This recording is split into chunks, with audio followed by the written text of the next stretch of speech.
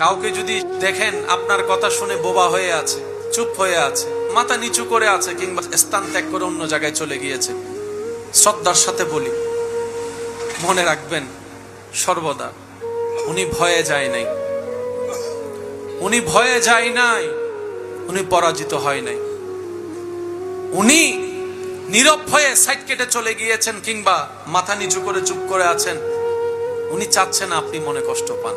না হয় জবান ওনারও আছে, মুখ ওনারও আছে, যে কথা যে লেভেল আপনি বলেছেন সে শব্দের ডিকশনারি হয়তো